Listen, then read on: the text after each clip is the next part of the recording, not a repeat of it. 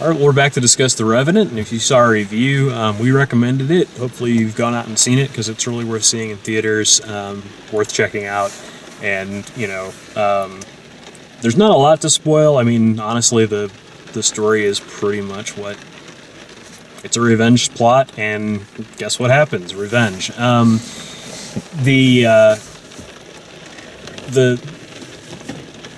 cinematography, again, it's not... I don't think it's as noticeable...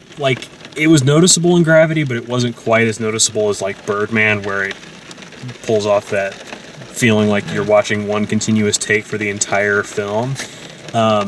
This, kind of splits the difference, but that first sequence felt like they were, are they going to really do the Birdman thing through this whole movie again? Because that's really impressive. But they kept doing things where you could kind of tell the transitions, some of them were really creative and really good, like a tree coming down, cutting to the next scene kind of thing. Very cool. Yeah, but they would also do things like they would do a close up on a something somebody was carrying, and then it would pan back, and that there was probably a cut in there. Oh yeah. But just seamlessly done. They did it so seamlessly that, like the ones in Birdman, they made it look like it was all together like that. That whole first sequence was just mind-blowing, and one of the things I was really worried about with this movie was that it was going to have a really interesting beginning. There was going to be a couple of sequences that were really cool, and then it was just going to be a slog to get to the end of the movie. That it was just going to be, him by himself wandering around, trying to find his way places. And there were parts kind of in the first, right around after the first third was maybe done, where it did sort of start to feel like that a little bit, but it was because that was the story it was telling, I think. Yeah. To me, it always picked up, and there was always a sequence around the corner that gave you something else that was more interesting that was going on, whether it was, them dealing with the French, or them dealing with the different Indian tribes that were around, or, just him having to deal with some other survival issue. He did a lot. Yeah. I liked how they wove the story of the kidnapped Indian girl in without taking the focus off of Leonardo DiCaprio's character. Yeah. He saves her, and she runs off, and it follows him on his horse. She just becomes an afterthought until right there at the end. I thought that was really well done. Yeah. I kind of predicted that was going to happen, the whole way through the movie. Basically, the guy kept asking, they were looking for his daughter, and I figured that he would find her, and that would be how, he... It's funny how those paths crisscross. Yeah, not necessarily how he survived Tom Hardy, but I thought it would be something that would help him get out of a jam, or be something that he ended up with at the end. I figured she'd show up, but I figured once she did, she would just become another character. Sure. And nope, saves her. She runs off one way, he goes the other, camera follows him. Yeah. I thought that was awesome. Well, and it also never really, he had a couple of scenes here and there, but the action never decided to just switch tracks and follow Tom Hardy instead. It never did that. We had a couple of scenes where he's finding out that, oh crap, this canteen made it here. That's not good. And then he disappears, and it's just to set up that now Domhnall Gleeson and it was just enough to follow him, kind of break up Leo's story, so it wasn't quite so hard to sit through. Exactly. More crawling through snow. Right. And it was more interesting to see those scenes than to just hear about them from other characters as we followed his, the main story. Yeah. The long bear attack was hard to watch. I was squirming. Awesome. I don't know how they did that. That was just amazing. Yeah.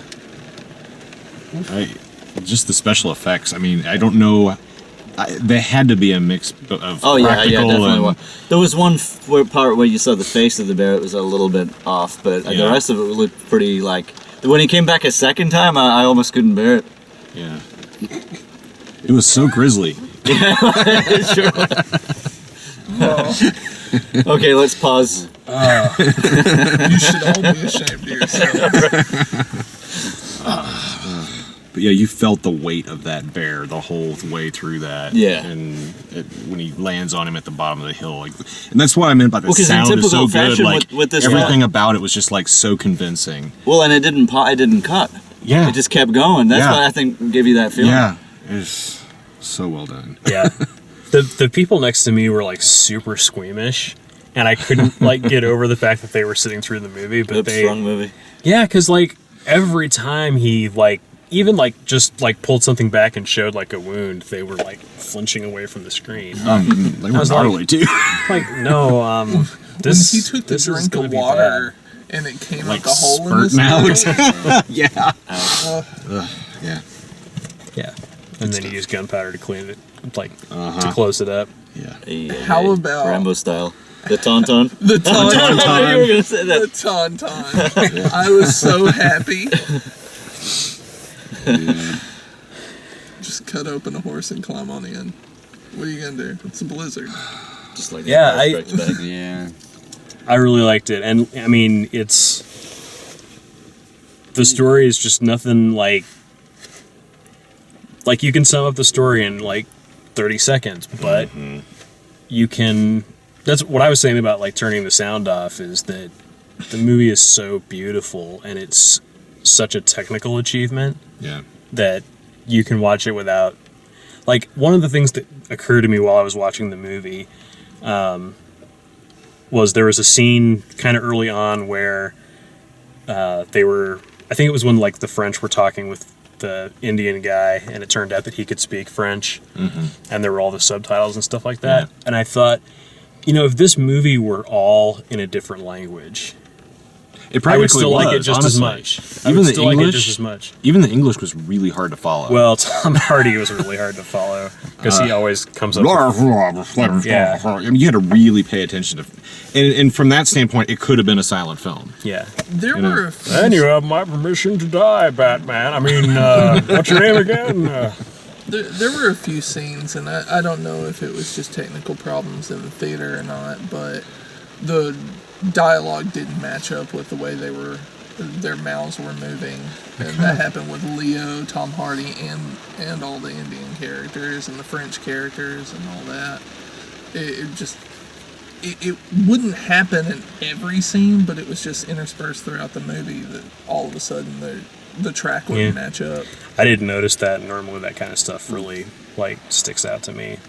I noticed it once or twice, but I kind of just assumed that it was because they were so unintelligent. When they were practically talking about moving their mouth, I mean, the way they were talking, I just kind of figured that There's was a lot of beards weird. covering the lips as well. Yeah. Yeah, yeah.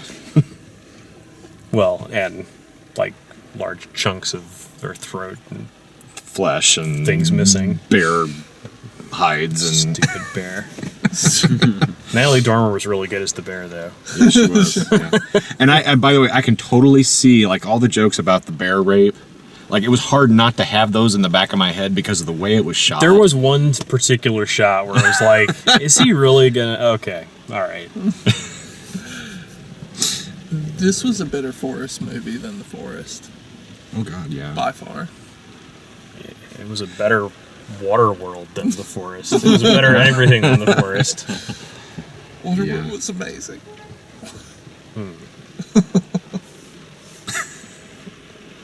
I like Okay. Waterworld too. So. Well, that was The Revenant. If you like the way we do these, please like the video, subscribe, check out all the written and video reviews at dalemaxfield.com, and bear down.